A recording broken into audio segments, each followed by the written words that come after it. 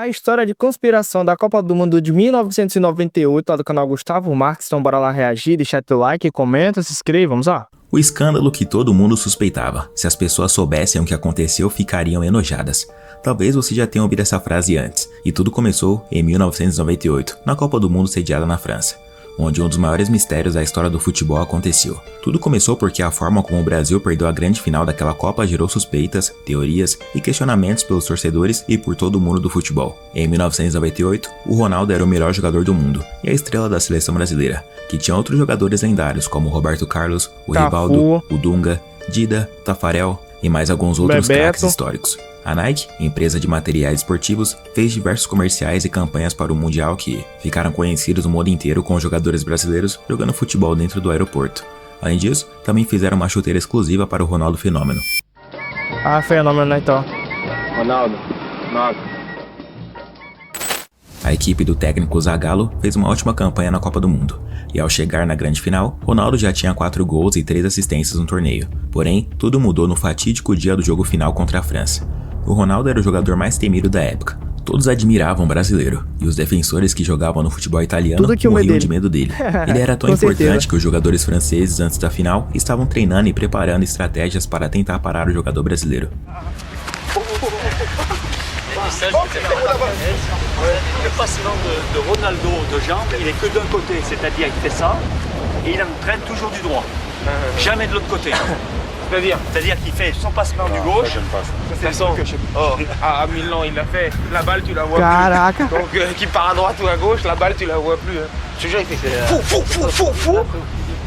Ah ouais. La balle, elle est où? C'est un magicien. Comme ça, il reste comme ça. Tu regardes, plus de ballon. Le ballon, il est de côté. Cara, que loucura. Regarde, premier truc, franchement, s'il est comme ça, tu le fais pas faut pas te coller. Hein.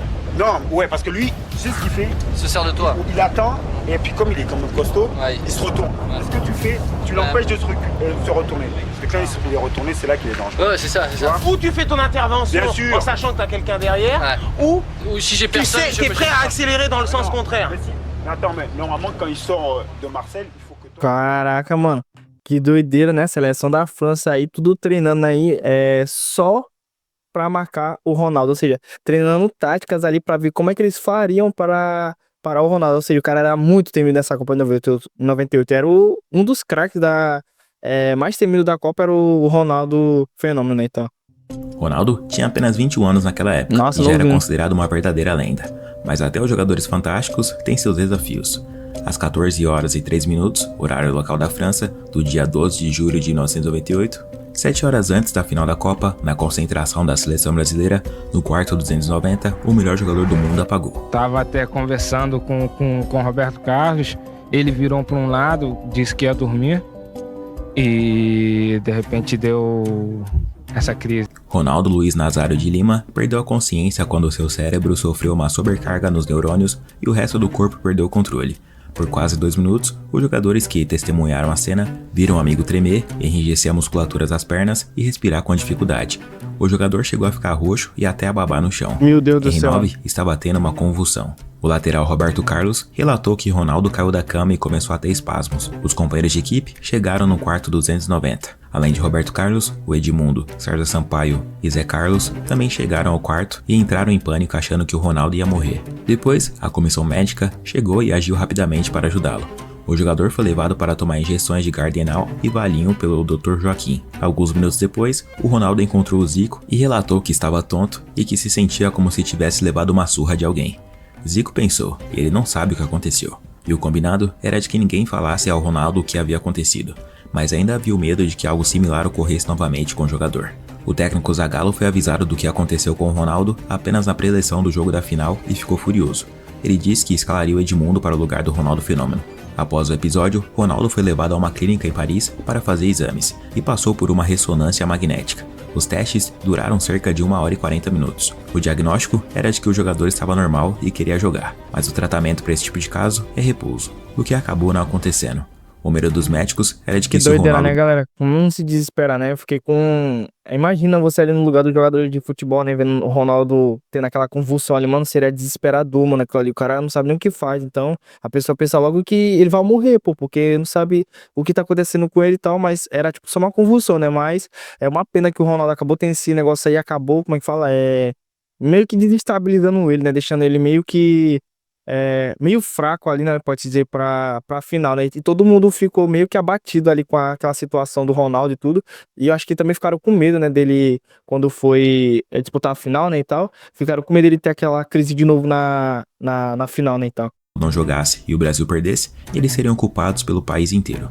E como sabemos, o Brasil é conhecido por ser o país do futebol. Imagine a minha situação. O Ronaldinho diz que está bom e o médico veta. E o time perde. No dia seguinte, o jogador declara que estava bem e que fulano de tal barrou. Aí vou ter que mudar de país. Vou para o Polo Norte. Vou virar esquimó, disse o médico Lídio Toledo. Ronaldo se encontrou com o Zagallo 1 hora antes do jogo e disse que os médicos o liberaram para atuar na partida. E ainda disse a seguinte frase ao treinador: "Estou bem, não me tira dessa." E o Zagallo acabou mudando a lista final do time, escalando camisa 9 para o time titular. Que loucura, né, galera? Que loucura. O Edmundo seria o titular se o Zagallo tivesse tivesse a informação de que do que tinha acontecido com o Ronaldo antes da final, né? Então o Edmundo seria o titular da final, né? Então, ou seja, seria o centroavante principal. E o Ronaldo provavelmente ia ficar lá no banco, né? Então. Edmundo ficou no banco e não começou jogando. Na entrada em campo, lá estava o Ronaldo indo para o jogo. Àquela altura, a notícia da convulsão de Ronaldo já havia se espalhado. Os franceses acharam que ele não ia jogar e ficaram surpresos ao vê-lo entrando em campo. E todos os olhares das pessoas e as câmeras da transmissão estavam voltadas para o atacante brasileiro. Eram um pouco mais de 75 mil pessoas presentes no estádio. O Brasil era então campeão mundial e dono do melhor ataque da competição com 14 gols. A equipe havia balançado a rede em todos os jogos até então. Do outro lado, um time sem tanta experiência, com apenas um grande craque, o Zinedine Zidane. Mesmo assim, a expectativa era de um jogão. Mas não foi o que aconteceu, e tudo ficou apenas na imaginação. Quando a bola rolou, o que se viu foi um jogo de um time só. Segundo o relato do Didier Deschamps, quando os jogadores perceberam que o Ronaldo realmente aparentava estar cansado e não nas suas condições normais, aquilo deu um gás e um incentivo para o time francês. E a partir daí, os melhores momentos do jogo foram deles. A França abriu 2-0 já no primeiro tempo, em 2 jogadas idênticas aproveitando o ponto fraco da seleção brasileira: a jogada aérea. Os 2 gols foram marcados pelo Zidane. E no último minuto da partida, a equipe francesa ainda fez mais um e venceu o jogo por 3-0. Um placar totalmente impensável que deixou todos surpresos. A França conquistou seu primeiro título mundial e jogando em casa. Quando os jogadores retornaram para o Brasil... Galera, o Brasil ainda perdeu a final por 3-0, ou seja, não fez nenhum gol, mano. É triste, mano. Triste. Os jornalistas começaram a seguir os jogadores atrás de respostas. Para muitos, o caso Ronaldo ainda estava sem explicação, e diversas teorias começaram a ser criadas. Disseram que o estresse foi o que causou a convulsão. Pode ser os também, medicamentos né, para o tratamento no joelho... Estresse, muita ansiedade, muita pressão ali em cima dele pode ter feito ele ter essa convulsão, né, antes da final. Acabaram afetando o jogador e até de que os jogadores brasileiros tivessem sido envenenados porque na quinta-feira que antecedeu o jogo, eles comeram um jantar francês, idealizado pelo jogador Leonardo. Além dessas teorias, uma versão sugeriu que os jogadores brasileiros haviam entregado a Copa do Mundo para os franceses em troca de dinheiro, outra de que alguém tivesse envenenado a comida de Ronaldo. Mas a que mais chamou a atenção foi a teoria da Nike. Em 1998, a internet ainda era mato, era algo novo no mundo, e simplesmente hackearam o site da Confederação Brasileira de Futebol, a CBF, e fizeram uma publicação, o famoso "o escândalo que todo mundo suspeitava". Se as pessoas soubessem o que aconteceu, ficariam enojadas, dizendo que o Brasil havia vendido a Copa do Mundo para a FIFA e que a Nike mandava mais que o médico Lídio Toledo. A publicação dizia que o Brasil havia entregado a final para que pudesse sediar a Copa do Mundo de 2002, o que acabou não acontecendo. Na verdade, o Brasil sediou mesmo foi em 2014. O texto foi compartilhado por várias pessoas ao redor do mundo. Em 2014 a gente tomou uma ataca, né? Ou seja, tivemos uma humilhação da Alemanha na Copa aqui do Brasil. O que gerou ainda mais repercussão e virou uma verdadeira teoria da conspiração com muita gente acreditando. Que doideira. Mas o texto não passava de uma fake news, só que alguns jornais também fizeram investigações e acharam coisas ainda mais misteriosas. O The Guardian da Inglaterra publicou que o sinal de telefone nos arredores do hotel das seleções parou de funcionar no dia da final e também no dia anterior. Dessa forma, os jornalistas não conseguiram entrar em contato com os jogadores. Além disso, uma outra teoria sugeriu que a Nike, patrocinadora da seleção, havia pressionado o Zagallo para colocar o Ronaldo em campo, mesmo após a convulsão. pelo fato de ser uma final de Copa e o melhor jogador precisava estar presente. Disseram que a Nike havia dito ao Ronaldo que se ele não jogasse a final da Copa, seu contrato com a marca no valor de 90 milhões de dólares ao longo da carreira seria rescindido. Era um duelo não só entre Brasil e França, mas também entre Nike, que patrocinava o Brasil e o Ronaldo, e Adidas, que patrocinava a França e o Zidane. Com o resultado, as imagens marcantes que restaram foram as do Ronaldo, com as chuteiras penduradas no pescoço. Além disso, os boatos sugeriam que outros jogadores também ganhariam dinheiro com a venda do jogo, cerca de 400 mil dólares cada um, e um total de 23 milhões de dólares pagos pela Nike. Meu Deus, uma jornalista entrevistou o jogador Edmundo, escondido, sem que ele percebesse, e o jogador revelou que a Nike tinha uma forte influência na seleção brasileira. Nike é uma coisa verdadeira, mas é uma coisa de não especificamente, eu não vi isso especificamente na final. Tem um contrato que o Ronaldo tem que jogar todos os jogos em 90 minutos. Tem isso. Caraca, o Ronaldo tem esse contrato aí que todos os jogos tem que jogar 90 minutos, caraca. Tem um contrato que o Ronaldo tem que jogar todos os jogos Você em tá 90 doido. minutos. Tem isso. Os superiores da Nike, acho que não chegaram nem a tomar conhecimento do fato, acho que antes do jogo. Mas que a Nike tem uma força dentro da coisa, tem. Negociou, não teve intermediário, negociou direto com o presidente. Quer dizer, o presidente que levou a porcentagem da negociação.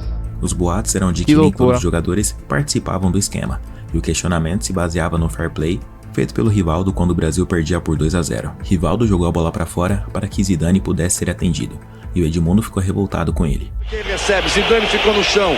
A torcida francesa reclama que quer que o Brasil coloque a bola para fora. O Rivaldo coloca a bola para fora e é quase agredido pelo Edmundo. O desespero do Edmundo. O Zidane tá ali dando toda a pinta de não ter nada, com toda a malandragem, tá ali o Zidane caído. O Rivaldo botou a bola para fora, o Edmundo enlouqueceu. Rivaldo também era patrocinado pela Nike, o que abriu ainda mais precedentes para a investigação. Vocês venderam aquela Copa lá, hein? Falei, cara, se venderam eu não sei, porque a minha parte eu não recebi. Um inquérito do governo brasileiro sobre o envolvimento da Nike foi aberto. Fizeram até uma CPI sobre o caso.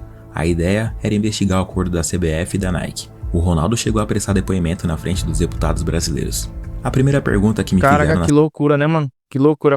Teve até uma investigação por fora pra entender como que o Brasil chegou a perder essa Copa. Caraca, tipo assim, era uma Copa que todo mundo achou mesmo que o Brasil literalmente ia ganhar da França, porque a França não tinha time e tal. Então, que doideira, né, mano? Que o governo ficou tão... todo mundo ficou tão surpreso do Brasil não ter ganhado que tiveram que abrir investigação por fora pra saber realmente essas histórias aí que por fora e tal, que a Copa poderia ter sido comprada e tal, desse acordo aí com a Nike e tal, com a seleção brasileira, se era verdade ou não. Então tiveram que abrir essa investigação e enviar a fundo, né, se era verdade ou era só mentira, né, então, ou seja, era só uma fake news. A CPI foi: quem deveria marcar o Zidane no escanteio? E eu respondi: não sei, mas quem deveria marcar não marcou bem.